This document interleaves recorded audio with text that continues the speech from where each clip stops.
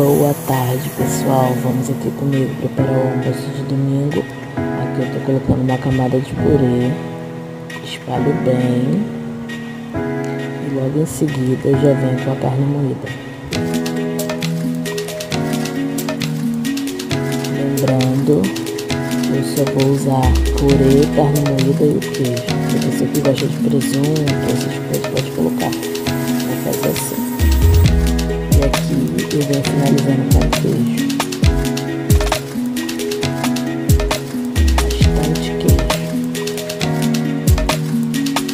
Agora salpico um pouco de orégano e vou levar ao forno. E aí no final vai estar o resultado de como ficou. Espero que vocês gostem desse tipo de vídeo.